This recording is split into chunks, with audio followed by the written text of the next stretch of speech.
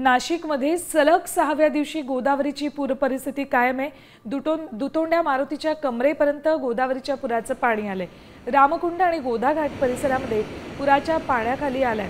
गोदा घाटावरील अनेक मंदिरांना पुराच्या पाण्याचा वेढा आहे, तर अनेक लहान मंदिरेही पुराच्या पाण्याखाली गेलीत। त्यातच रात्रीपासून शहरासह जिल्ह्यात अनेक ठिकाणी संततधार पाऊस पडतोय। नाशिकला आज येलो अलर्ट देण्यात आलाय। पावसाचा जोर वाढल्यास गंगापूर धरणातून कड्यात येणारा विसर्ग आणखी वाढवला जाण्याची शक्यता आहे। थेट जाऊयात आमचे प्रतिनिधी अभिजित सोनावणे यांच्याकडे। अभिजित, काय नेमकी आजची परिस्थिती आहे नाशिकमधली?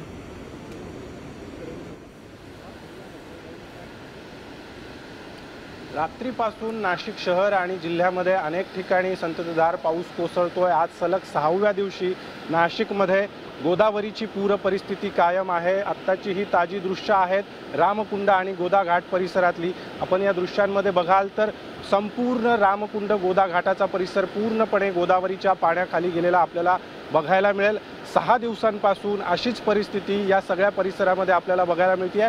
गंगापूर धरणातून 6000पेक्षा जास्त क्युसेक वेगानं गोदावरी नदीपात्रामध्ये पाण्याचा विसर्ग केला जातोय आणि परिणामी 6व्या दिवशी देखील पूर परिस्थिती कायम आहे। जी लहान मोठी मंदिरं आहेत ती देखील पाण्याखाली गेलेली आहेत। अनेक मंदिरांना पुराच्या पाण्याचा वेढा पडला, तर जी गोदावरी नदी किनाऱ्यावरील व्यावसायिकांची दुकानं आहे त्या दुकानांपर्यंत देखील आता गोदावरीच्या पुराचं पाणी पोहोचल्याचं पाहायला मिळत आहे। गंगापूर धरणाच्या पाणलोट क्षेत्रात अद्यापही पावसाचा जोर कायम आहे, त्यामुळे धरणातून आज पुन्हा एकदा पाण्याचा विसर्ग वाढवला जाण्याची शक्यता असल्यामुळे प्रशासनाकडून सतर्कतेचे आदेश देण्यात आलेले आहेत। हे जे पाणी आहे, परिस्थिती सध्या भीषण बनली असं म्हणावं लागेल। धन्यवाद संपूर्ण माहितीसाठी अभिजित।